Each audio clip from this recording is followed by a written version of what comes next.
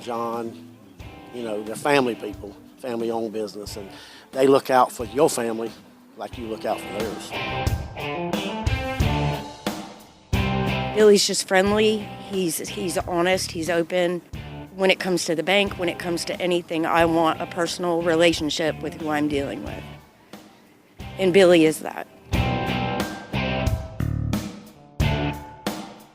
I can call Billy in the middle of the night, Saturdays, Sundays, he answers his phone.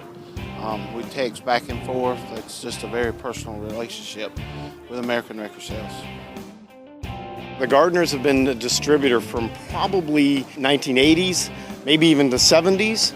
So it's been a long partnership with Miller Industries, and we truly enjoy the partnership and the relationship that we have with them and do a great job. And the customers, as you can see from the open house, you know, love them. They you know, truly respect them and do a great job.